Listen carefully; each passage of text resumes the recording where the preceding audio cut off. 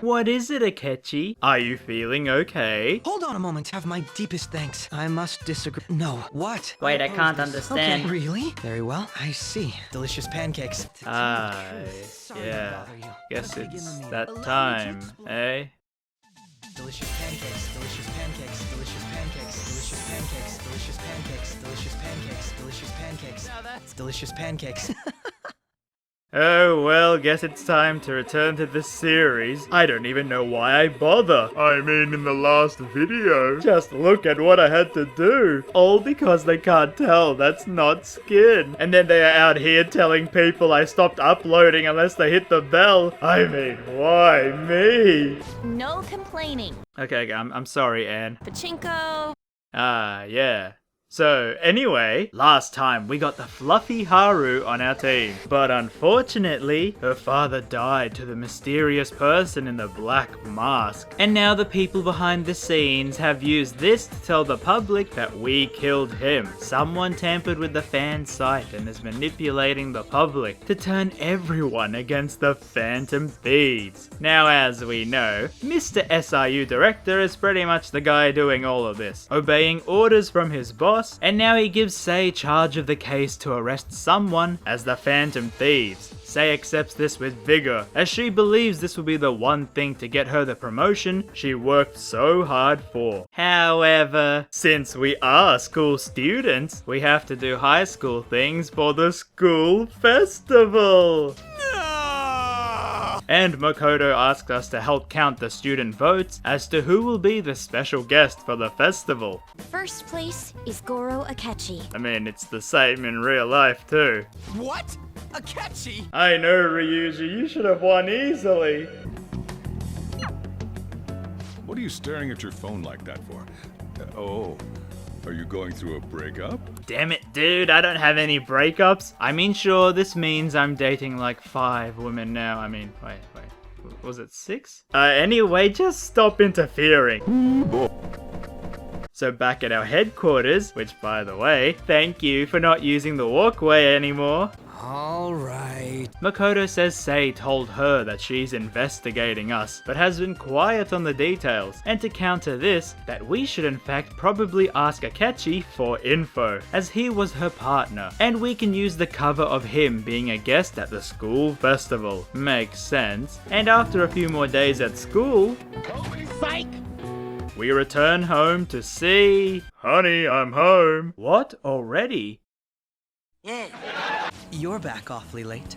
Goro seems to frequent our coffee shop because he just loves Daddy's coffee. I'm happy I could see you. Wait, are you talking to me or the pancakes over there? Precisely. And so it's the school festival, where police are all around as Sei is investigating heavily, so it would probably be best to lay low, by which I mean eat food. Yeah, what else were the goofballs going to do anyway? Dan. So we enter a maid cafe to eat some taco. Frank, what is this script? Aren't these kids speaking English? I don't need these exotic Japanese food. That's it, I'm calling them meatballs. So through some awkwardly localized dialogue, now trust me, this scene does not flow well in English, we order a Russian roulette meatball, where one is extremely spicy. Gee, I wonder which one it is. Oh, everyone's all here. Akechi, what are you doing here? Hey, wait, don't eat that. You didn't pay for it. But... It's fine. This is... my throat. Are you okay? Do you need water? I'm fine. Does he sound broken to you? This is my stomach. Serves you right, you little. Calm down. So Akechi did agree to come to our school and give a speech to the students. Delicious pancakes, delicious pancakes, delicious pancakes. Makoto presses him for answers, and he boldly states, "You know what? I changed my mind. The Phantom Thieves would never kill anyone. Also, whoops, here's a fake phone call. Makoto, please invite your buddies to the back room. I need to speak with you all about something." Oh, I'm sure it's fine. Nothing to worry about. No. Okay, no jokes. Here's what he showed. No. Oh my god, okay. Like, Yusuke, What are those? This is absurd. So Akechi has proof that we visit the metaverse by Yusuke literally getting Thanos snapped. And so deduces that we are the Phantom Thieves. He says he was aware of that world a month ago when the app mysteriously appeared on his phone, and that he is sure we didn't kill Okumura, as he says that the person in the black mask did it and almost died trying to flee from them. Also, I guess since he reveals that he's been to the metaverse, he can now understand Mona, and not just hear the angry meowing. Meow? Akechi then wants to make a deal with us. He won't turn us in if we help him stop the police in wrongly convicting someone, as he overheard them saying that they don't care who it is. They are going to make a scapegoat be at fault for the murder just to save face, and as such, ruin an innocent person's life. We decide to think it over and randomly get a social link with him. No way. While everyone leaves though, the game's audio decides to randomly not work, and this weird bloom effect comes in. I'm sure this is nothing important and there's no reason I'm drawing attention to it right now. Precisely. We then cut to Daddy Sojiro, who is watching the news, which brings up the calling card, and we see that he seems to have snuck into Futaba's room and found the one we sent her. Then after that intense emotional scene, we cut back to Joker for the after-school festival party thing. I don't know, do they even do this? Bad idea. Oh, but don't worry, nothing major happens in it. Then I guess to pick up the tone again, we see the SIU director threaten to take Sei off the case if she doesn't hurry up and arrest someone, putting an immense amount of pressure onto her. Alright, fine game, we get it. It's serious time now, but look, I'm home. Let me relax and... Objection! God damn it. So, what is this? That's... A birthday party invitation! A what now? So Futaba breaks down, saying how we are the Phantom Thieves and that we helped her, but also how her mum was murdered, that there is more to it than what Sojiro thought. He, however, is a cool and understanding dude, as you can see from his clothes, and doesn't turn us in, but is still worried that we put his daughter in danger. The group then has like a 2-minute fight as they get angry with each other at going for bigger targets and losing sight of their goal, to teach rotten adults a lesson while not caring about the fame. I mean, you saw how crazy Ryuji was in Hawaii, going nuts over the Hawaii women, because in Hawaii... Stop saying Hawaii in there. So we say a few words. Yeah, those words. Yeah. And everything is normal. We won't give in that easily. Because I guess you could say, we some sort of Phantom Thieves now? Alright, that's the end of my recording. On to the next one. Wait. Where did the rest of October go? Calm down. Okay, don't panic. You made plenty of save files. I'm sure the recent save file is close. Frick. Heartbeat, it keeps on pounding. Heartbreak, oh, tell me goodbye. Hey, can you hear me? We see the next day that bald dude from before has been ramping up his speeches as he gets ready to run for Prime Minister, using our bad name to gain popularity. But this politician seems pretty amazing. Pancakes then comes over to pitch his deal again to us, also stating that we should change Sei's heart, as due to all this pressure and such, she is bent on accusing anyone for the crime to get the result she needs for the promotion. And as it so happens, she does have a palace as noted by Makoto. Akechi then says he will aid us in this and won't report us to the police if we disband afterwards, meaning this would be our final heist. We all seem to agree and will scope out Sei's palace tomorrow. And I guess perfect timing, we go back to the present with her in the interrogation room. A palace? In me? Believe you?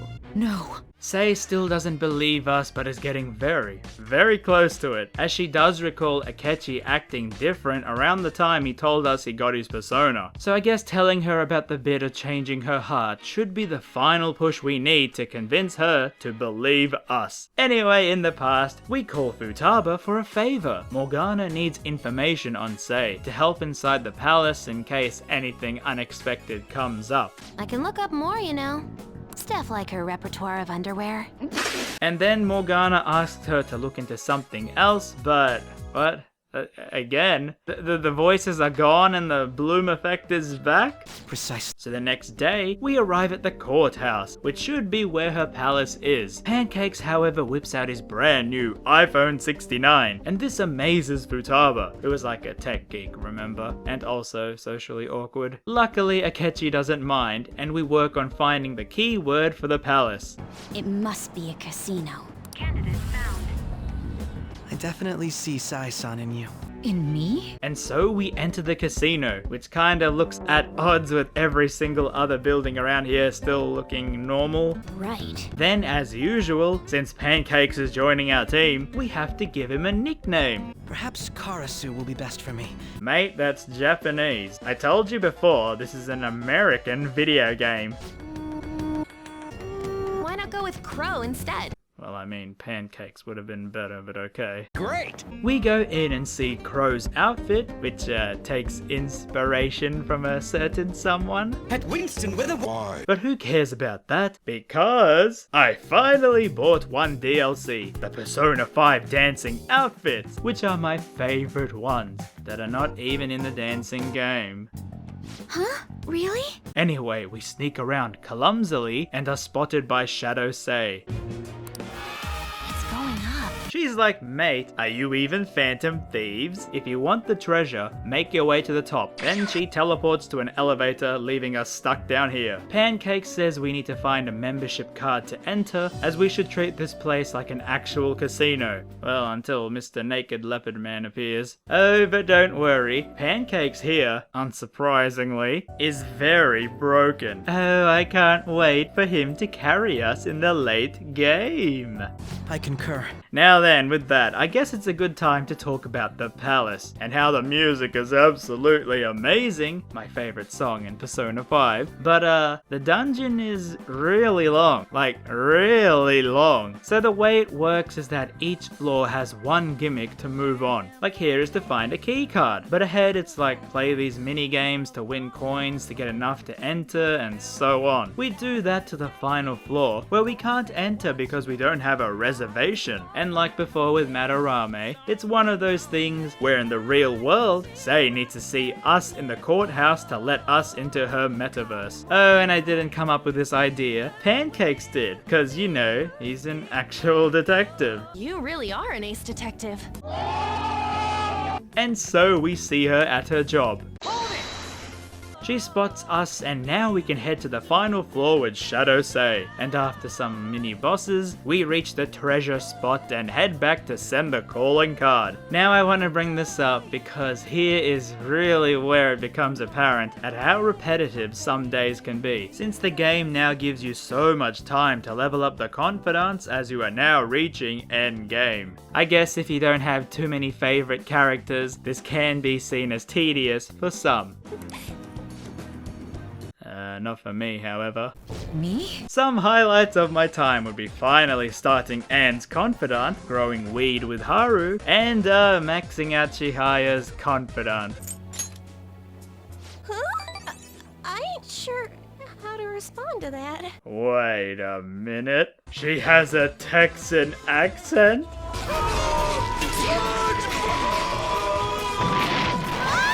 Anyways, we send the calling card and go into her palace. In me? But surprise, surprise, she hides the treasure, as every single other person has done before, calling us over to battle on a roulette table. Okay, now it's spinning. So the gimmick for this fight is that Sei spins the board, and the screen will say bet your health or SP, etc. You then pick where the ball will land with either a high or low risk bet. But as you can see, it doesn't seem like we can win. However, if you look closely, you can then see that the one we picked gets a glass lid. So we send Pancakes to shoot it on the next spin, proving that she cheated.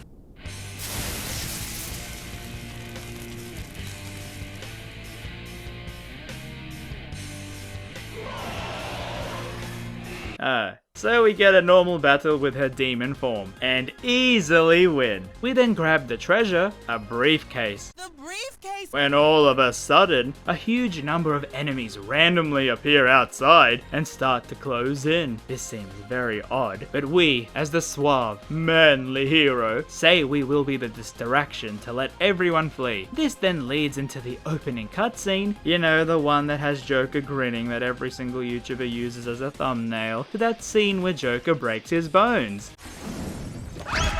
Now we reach the current time with us being interrogated by Sei, and she seems fed up and offers us a deal because we might get the death penalty. Yeah, on a kid. She says if you name and shame your teammates, I will lighten your sentence. Sorry. Miss Attractive Prosecutor, I'm too cool to do that. I gotta keep quiet for justice's sake.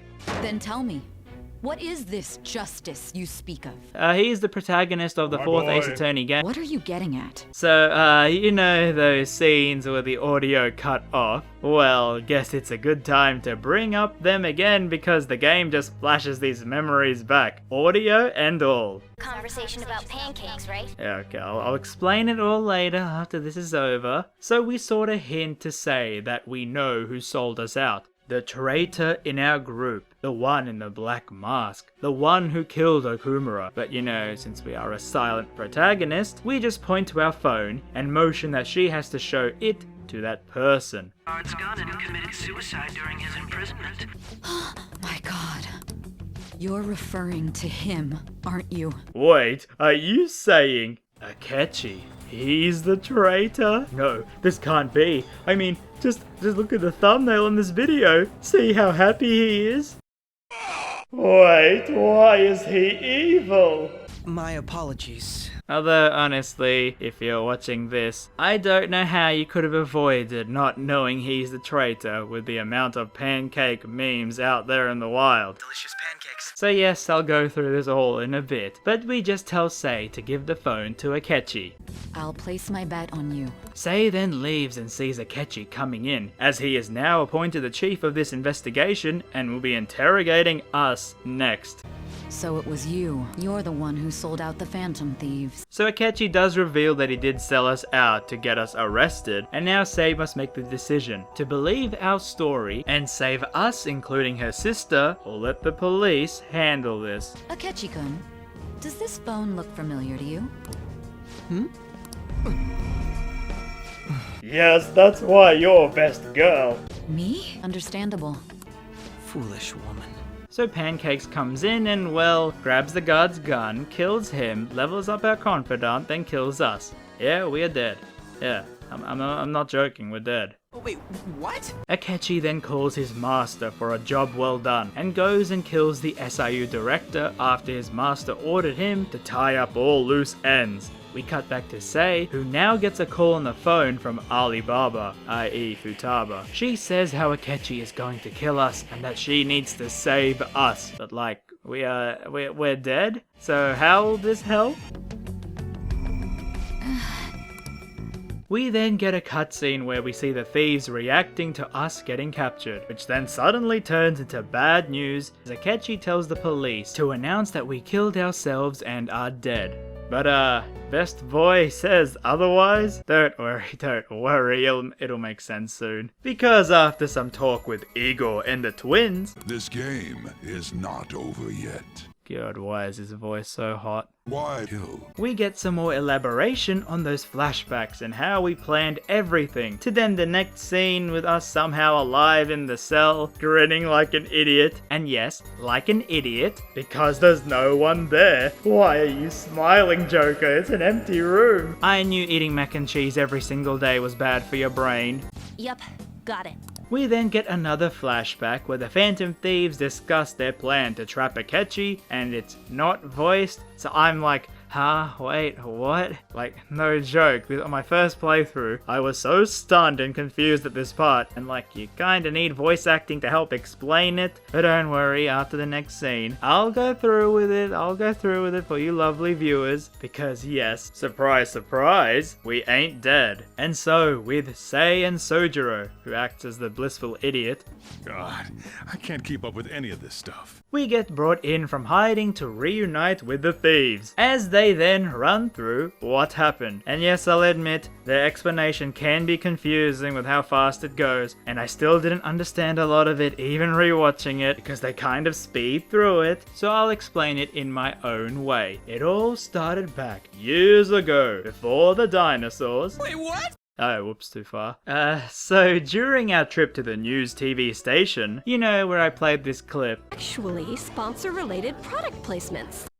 Yeah, so we were talking in the hallway, and Morgana mentions how he wanted pancakes. And a few minutes later, Akechi comes in. Delicious pancakes. And yes, this is why there are so many pancake memes for this boy. The only way he could hear Morgana say those words is if he went into palaces beforehand, as that's the only way someone can understand Morgana's meowing. This, however, was way before the time Akechi told us at school when he got his first persona, remember? He said he only recently got it a month ago, which is why Morgana brought it up then, because it seemed very suspicious. And then in the second flashback with the underwear, which by the way, there is now official art of it. God damn it, A1 Pictures, you horny sons of bitches. And Morgana told Futaba to bug Akechi's phone to confirm if he would betray us. This is why she went over the top grabbing his phone like a fan at an Apple iPhone launch day. She installed the bug and recorded him saying his plan of how he would bring the police into Sei's palace to arrest us and kill us later in the room, completing his betrayal. But as we overheard this, the thieves then set their counter plan. They knew the police would be there, and as such, gave an empty fake briefcase to get caught. So then, here's the murder trickery part, which I'll use some handy guides for. So this was in the interrogation room, which was at the police's headquarters. Now the one in Sei's palace looks exactly like the one in the real world. As remember, only the area of the palace is different. The surrounding world mimics the real one, like how it was walking the streets when we entered Kamoshida's palace the first time. So we get caught in Sei's palace, but Pancake's men take us into the real world's interrogation room. They most likely were corrupt and knew of this cognition stuff from their big head boss. I think I'm starting to see the big picture. So we sit here in the real world. However, the others go to Sei's interrogation room and keep Sei's palace version of us there. Then in the real world, Sei gives us our phone to Akechi. This allows Futaba to pinpoint Akechi's location and thus remotely trigger the nav on his phone to transport him and Sei into her palace interrogating hallway. Akechi then goes in to kill the Sei version of us and thinks he did his job. Sei, however, after talking to Alibaba, is brought back home with the other Flash and listens to her by grabbing us and dropping us safely home. And thus, that's how we tricked Akechi into killing us, but not really. Is this for real? Okay, so like a few things here. No, this explanation isn't perfect, and I tried my best to fill in the gaps. Like, if you're wondering if Shadow Joker died, shouldn't he die in the real life like Okumura? Remember, this is Sei's palace version of us. How she sees us. It's like Haru's fiance in the last palace. We killed him there, yet he's still, unfortunately, fine in the real world. But I will admit there are other things that are confusing, like Akechi, isn't he still stuck in the metaverse? Wouldn't he notice that he has to come back out, and that would mean he didn't do his plan, unless Futaba somehow transported him back without our phone? Then did we actually steal Sei's heart? Because the palace didn't really collapse like every single time before. Then there's also the thing of the Phantom Thieves being suddenly big-brained. Remember, these are teenagers. Sure, I mean some of them are smart like Makoto and Futaba, definitely not these bozos, but the way they revealed that they knew everything? Even though we managed to grab the treasure, we couldn't get it out of the metaverse. Except Except that was all an act. Like, I'm sorry, these kids are acting like Danganronpa levels of high school students' big brain plays. Is it just me, or have I now turned into the adult here who doesn't appreciate the Phantom Thieves' skills? We're intellectuals, you know. Also, random fact in case you didn't know, you can actually get a bad ending here if you rat out your friends. Sei does say you will get a leaner sentence, but then you don't give Sei your phone, which means Akechi keeps walking along, not being teleported, and kills the real you. Like, you really do die in the bad ending, with the credits roll and everything. Anyway, hopefully you can see that we tricked the world. They think the leader of the Phantom Thieves is dead. Take that, Mr. Pancakes. He's no ace detective. How humiliating. I hadn't the slightest idea that such a grand operation was taking place within me. No, RamZaes, calm down. You must avoid the dirty jokes. In me? I'm going to get drenched. But there still remains the identity of the person who called the SIU director, the one who ordered Akechi to kill people, the one behind all our misfortunes. Yes, next time we will meet the big boss. Trojan, RamZaes, Magnum, Sheik.